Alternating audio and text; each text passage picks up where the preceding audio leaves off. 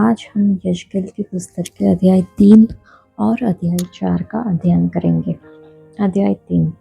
तब उसने मुझसे कहा, हे मनुष्य के संतान, जो तुझे मिला है उसे खा ले, अर्थात इस पुस्तक को खा। तब जाकर इस्राएल के घराने से बातें कर। इसलिए मैंने मुंह खोला और उसने वो पुस्तक मुझे खिला दी। तब उसने मुझसे कहा, हे मनुष्य के संतान, यह पुस्तक जो मैं तुझे देता हूँ उसे पचा ले और अपनी अंतड़ियाँ इससे भर ले। अतः मैंने उसे खा लिया और मेरे मुंह में वह मधु के तुल्य मीठी लगी। फिर उसने मुझसे कहा, हे मनुष्य के संतान, तू इस्राएल के घराने के पास जाकर उनको मेरे वचन सुना, क्योंकि तू किसी अनोखी बोली या कठिन भाषा वाली जाति के पास नहीं भेजा जाता है, परंतु इस्राएल ही के घराने के पास भेजा जाता है। अनोखी बोली या कठिन भाषा वाली बहुत सी जातियों के पास जो तेरी बात समझ न सके तू नहीं भेजा जाता। निसंदेह यदि मैं तुझे ऐसों के पास भेजता तो वे तेरी सुनते, परंतु इस्राएल के घराने वाले तेरी सुनने से इनकार करेंगे। वे मेरी भी सुनने से इनकार करते हैं, क्योंकि इस्राएल का सारा घराना ढीठ और कठोर मन का है। देख, मैं तेरे मुख को उनके माथे के सामने ढीठ कर देता हूँ। मैं तेरे माथे को हीरे के तुल्य कड़ा कर देता हूँ, जो चकमक पत्थर से भी कड़ा होता है। इसलिए तू उनसे न डरना और न उनके मुंह देखकर तेरा मन कच्चा हो, क्योंकि वे विद्रोही घराने के हैं। फिर उसने मुझसे कहा, हे मनुष्य के संतान, जितने वचन मैं तुझसे कहूँ वे सब हृदय में रख और कानों से सुन, और उन बंदियों के पास जाकर जो तेरे जाति भाई है उनसे बातें करना और कहना, प्रभु यहोवा यूं कहता है, चाहे वे सुने या न सुने। तब आत्मा ने मुझे उठाया और मैंने अपने पीछे बड़ी खड़खड़ाहट के साथ एक शब्द सुना, यहोवा के भवन से उसका तेज धन्य है, और उसके साथ ही उन जीवधारियों के पंखों का शब्द जो एक दूसरे से लगते थे, और उनके संग के पहियों का शब्द, और एक बड़ी ही खड़खड़ाहट सुनाई पड़ी। तब आत्मा मुझे उठाकर ले गई और मैं कठिन दुख से भरा हुआ और मन में जलता हुआ चला गया, और यहोवा की शक्ति मुझ में प्रबल थी। और मैं उन बंदियों के पास आया जो कबार नदी के तट पर तेलाबीब में रहते थे, और वहाँ मैं 7 दिन तक उनके बीच व्याकुल होकर बैठा रहा। 7 दिन के व्यतीत होने पर यहोवा का यह वचन मेरे पास पहुँचा, हे मनुष्य के संतान, मैंने तुझे इस्राएल के घराने के लिए पहरुआ नियुक्त किया है। तू मेरे मुंह की बात सुनकर उन्हें मेरी ओर से चिताना। जब मैं दुष्ट से कहूँ तू निश्चय मरेगा, और यदि तू उसको न चिताए और न दुष्ट से ऐसी बात कहे जिससे कि वह सचेत हो और अपना दुष्ट मार्ग छोड़कर जीवित रहे, तो वह दुष्ट अपने अधर्म में फंसा हुआ मरेगा, परंतु उसके खून का लेखा मैं तुझी से लूँगा। पर यदि तू दुष्ट को चिताए और वह अपनी दुष्टता और दुष्ट मार्ग से न फिरे, तो वह तो अपने अधर्म में फंसा हुआ मर जाएगा, परंतु तू अपने प्राणों को बचाएगा। फिर जब धर्मी जन अपने धर्म से फिरकर कुटिल काम करने लगे और मैं उसके सामने ठोकर रखूं, तो वह मर जाएगा, क्योंकि तूने जो उसको नहीं चिताया, इसलिए वह अपने पाप में फंसा हुआ मरेगा। और जो धर्म के कर्म उसने किए हो उनकी सुधि न ली जाएगी, पर उसके खून का लेखा मैं तुझी से लूँगा। परंतु यदि तू धर्मी को ऐसा कहकर चिताए कि वह पाप ना करे और वह पाप से बच जाए, तो वह चितौनी को ग्रहण करने के कारण निश्चय जीवित रहेगा, और तू अपने प्राण को बचाएगा। यशकेल बोलने में असमर्थ। फिर यहोवा की शक्ति वहीं मुझ पर प्रकट हुई, और उसने मुझसे कहा, उठकर मैदान में जा, और वहाँ मैं तुझसे बातें करूँगा। तब मैं उठकर मैदान में गया, और वहाँ क्या देखा कि यहोवा का प्रताप जैसा मुझे कबार नदी के तट पर वैसा ही यहाँ भी दिखाई पड़ता है, और मैं मुंह के बल गिर पड़ा। तब आत्मा ने मुझ में समाकर मुझे पाँव के बल खड़ा कर दिया। फिर वह मुझसे कहने लगा, जा अपने घर के भीतर द्वार बंद करके बैठ रह। हे मनुष्य के संतान, देख, वे लोग तुझे रस्सियों से जकड़कर बांध रखेंगे और तू निकलकर उनके बीच जाने नहीं पाएगा। मैं तेरी जीभ तेरे तालू से लगाऊंगा, जिससे तू मौन रहकर उनका डांटने वाला न हो, क्योंकि वे विद्रोही घराने के हैं। परंतु जब जब मैं तुझसे बातें करूं, तब तब तेरे मुंह को खोलूंगा और तू उनसे ऐसा कहना, प्रभु यहोवा यूं कहता है, जो सुनता है वह सुन ले, और जो नहीं सुनता वह ना सुने। वे तो विद्रोही घराने के हैं ही। इस अध्याय में हम पहरेदार की जिम्मेदारी देखते हैं। परमेश्वर इस्राएल के घराने के पहरेदार के रूप में यजकेल की भूमिका को पुष्ट करता है। यहोवा अपना संदेश पहुंचाने की अति आवश्यकता पर जोर देते हैं, चेतावनी देते हैं कि ऐसा न करने पर यजकेल को लोगों के खून के लिए जवाबदेह ठहराया जाएगा। ये वचन भविष्यवाणी के कर्तव्य की गंभीरता को रेखांकित करता है। परमेश्वर की चेतावनियों को संप्रेषित करना और पश्चाताप के लिए आह्वान करना। यजकेल को परमेश्वर की बात सुनने और उनके शब्दों को संप्रेषित करने का काम सौंपा गया है, जो परमेश्वरीय निर्देश के प्रति सजग होने के महत्व को दर्शाता है। इस अध्याय के वचन 17 में हमने देखा कि हे मनुष्य के संतान, मैंने तुझे इस्राएल के घराने के लिए एक पहरुआ नियुक्त किया है। तू मेरे मुंह की बात सुनकर मेरी ओर से चिताना। भविष्यवक्ता यजकेल को धर्मी और दुष्ट दोनों को बुराई के बारे में परमेश्वर का वचन बोलने के लिए बुलाया गया था। एक धर्मी व्यक्ति अपने पाप के परिणामों का सामना करने के लिए बुराई भी कर सकता है। उसने जो धर्मी काम किए हैं वे उसके द्वारा किए गए पाप को कम नहीं करते या उसे शुद्ध नहीं करते।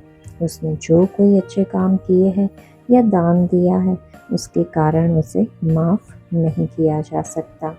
धर्मी और दुष्ट अपने पाप में मर सकते हैं यदि उन्हें चेतावनी नहीं दी जाती है। यदि हम यीशु मसीह पर विश्वास नहीं करते हैं तो हम वास्तव में अपने पापों में मर जाएंगे, जैसा कि यूहन्ना की पत्री अध्याय 8 में लिखा है। यहोवा के लोगों से बात करने से पहले यजकेल को उन सभी शब्दों को ध्यान में रखना था जो परमेश्वर ने उसे कहे थे। उसने वह पुस्तक खा ली जो उसे दी गई थी। यहोवा जानते थे कि वे यजकेल को कठोर और हठी लोगों के पास भेज रहे हैं। उसे यहोवा का सेवक बने रहने के लिए लंबे समय तक उनके विरोध को सहना पड़ा। इसलिए यहोवा ने उसे उनके समान ही अड़िग और कठोर बनाया, ताकि वह उनसे डरे या घबराए नहीं। हम उन लोगों को कैसे स्वीकार करते हैं जो सुधार करने वाला परमेश्वर के वचन का प्रचार करते हैं। ये यहोवा की दया थी कि उन्होंने आत्मा की सामर्थ्य से यजकेल को ऊपर उठाया, ताकि वह दुष्टता के निर्वासितों को चेतावनी दे। यह पवित्र आत्मा ही है जो हमें पाप, धार्मिकता और न्याय के बारे में समझाते हैं। हमें परमेश्वर की कृपा, सहनशीलता और धीरज रूपी धन को तुच्छ नहीं जानना चाहिए। परमेश्वर के सभी लोगों को पता होना चाहिए कि उन्हें पाप से दूर होना है और परमेश्वर द्वारा इच्छित धार्मिक तरीके से जीना है। यह उनकी कृपा है जो हमें पश्चाताप की ओर ले जाती है। यदि लोग कठोर और हठीले हैं तो वे परमेश्वर के क्रोध के दिन के लिए अपने क्रोध कमा रहे हैं, जब उनका सच्चा न्याय प्रकट होगा। परमेश्वर हर एक को उसके कामों के अनुसार बदला देंगे। जो सुकर्म में स्थिर रहकर महिमा और आदर और अमरता की खोज में है, उन्हें अनंत जीवन देंगे। पर जो विवादी है और सत्य को नहीं मानते वरन अधर्म को मानते हैं, उन पर क्रोध और कोप पड़ेगा और क्लेश और संकट हर एक मनुष्य के प्राण पर जो बुरा करता है, पहले यहूदी फिर यूनानी पर। महिमा और आदर और कल्याण हर एक को मिलेगा जो भला करता है, पहले यहूदी को फिर यूनानी को। क्योंकि परमेश्वर किसी का पक्ष नहीं करता। ऐसा रोमियो की पत्री अध्याय 2 में लिखा है। अध्याय 4 यरूशलेम की घेराबंदी का दर्शाया जाना। हे मनुष्य के संतान, तू एक ईंट ले और उसे अपने सामने रख कर उस पर एक नगर अर्थात यरूशलेम का चित्र खींच। तब उसे घेर अर्थात उसके विरुद्ध किला बना और उसके सामने दमदमा बांध और छावनी डाल और उसके चारों ओर युद्ध के यंत्र लगा। तब तू लोहे की थाली लेकर उसको लोहे की शहरपनाह मानकर अपने और उस नगर के बीच खड़ा कर। तब अपना मुंह उसके सामने करके उसकी घेराबंदी कर। इस रीति से तू उसे घेर रखना। ये इस्राएल के घराने के लिए चिन्ह ठहरेगा। फिर तू बाईं करवट लेकर इस्राएल के घराने का अधर्म अपने ऊपर रख, क्योंकि जितने दिन तू उस करवट लेटा रहेगा उतने दिन तक उन लोगों के अधर्म का भार सहता रहेगा। मैंने उनके अधर्म के वर्षों के तुल्य तेरे लिए दिन ठहराए हैं, अर्थात 390 दिन। उतने दिन तक तू इस्राएल के घराने के अधर्म का भार सहता रहे। जब इतने दिन पूरे हो जाए तब तू दाहिनी करवट लेकर यहूदा के घराने के अधर्म का भार सह लेना। मैंने उसके लिए भी और तेरे लिए 1 वर्ष के बदले 1 दिन अर्थात 40 दिन ठहराए हैं। तू यरूशलेम के घेरने के लिए बाह उघाड़े हुए अपना मुंह उधर करके उसके विरुद्ध भविष्यवाणी करना। देख, मैं तुझे रस्सियों से जकड़ूंगा। जब तक उसके घेरने के दिन पूरे ना हो तब तक तू करवट न ले सकेगा। तू गेहूँ, जौ, सेन, मसूर, बाजरा और कठिया गेहूँ लेकर एक बर्तन में रखकर उनसे रोटी बनाया करना। जितने दिन तू करवट पर लेटा रहेगा उतने अर्थात 390 दिन तक उसे खाया करना। जो भोजन तू खाए उसे तोल तोल कर खाना, अर्थात प्रतिदिन 20-20 शेकेल पर खाया करना और उसे समय समय पर खाना। पानी भी तू माप कर पिया करना, अर्थात प्रतिदिन हिम का 6वां अंश पीना और उसको समय समय पर पीना। अपना भोजन जौ की रोटियों के समान बनाकर खाया करना और उसको मनुष्य की विष्ठा के कंडों पर उनके देखते बनाया करना। फिर यहोवा ने कहा, इसी प्रकार से इस्राएल इन जातियों के बीच अपनी अपनी रोटी अशुद्धता से खाया करेंगे, जहाँ मैं उन्हें जबरन पहुँचाऊँगा। तब मैंने कहा, हाय यहोवा परमेश्वर, देख, मेरा मन कभी अशुद्ध नहीं हुआ और न ही मैंने बचपन से लेकर अब तक अपनी मृत्यु से मरे हुए या फाड़े हुए पशु का मांस खाया, और न किसी प्रकार का घिनौना मांस मेरे मुंह में कभी गया है। तब उसने मुझसे कहा, देख, मैंने तेरे लिए मनुष्य की विष्ठा के बदले गोबर ठहराया है और उसी से तू अपनी रोटी बनाना। फिर उसने मुझसे कहा, हे मनुष्य के संतान, देख, मैं यरूशलेम में अन्न रूपी आधार को दूर करूँगा, इसलिए वहाँ के लोग तोल तोल कर और चिंता करके रोटी खाया करेंगे और माप माप कर और विस्मित होकर पानी पिया करेंगे, और इससे उन्हें रोटी और पानी की घटी होगी और वे सब के सब घबराएंगे और अपने अधर्म में फंसे हुए सूख जाएंगे। इस अध्याय में हम न्याय की प्रतीकात्मक कार्यवाही को देखते हैं। ये प्रतीकात्मक कार्यों के माध्यम से परमेश्वर के मनोनीत न्याय का एक नाटकीय प्रदर्शन प्रस्तुत करता है। यजकेल को यरूशलेम का एक नमूना बनाने और उसे घेरने का आदेश दिया जाता है, जो आने वाले विनाश का प्रतिनिधित्व करता है। उसे एक विशिष्ट आहार खाने का निर्देश दिया जाता है, जो लोगों को परेशान करने वाली कमी का प्रतीक है। ये कार्य परमेश्वर के विरुद्ध विद्रोह के परिणामों की एक ज्वलंत याद दिलाते हैं। ये अध्याय इस बात पर जोर देता है कि परमेश्वर की चेतावनियों की गंभीरता को व्यक्त करने के लिए अक्सर भविष्य सूचक संदेशों को मूर्त अभिव्यक्तियों की आवश्यकता होती है। जिस तरह यजकेल परमेश्वर के संदेश को पहुंचाने के लिए उत्तरदायी था, उसी तरह हमें भी दूसरों के साथ सुसमाचार साझा करने के लिए बुलाया जाता है। हमारा विश्वास हमें अपने आसपास के लोगों के सत्य और प्रेम बोलने के लिए मजबूर करता है। हमारे कार्यों के अनंत निहितार्थों को समझते हुए एक पहरेदार के रूप में यजकेल की भूमिका परमेश्वर की आज्ञा मानने के महत्व को उजागर करती है।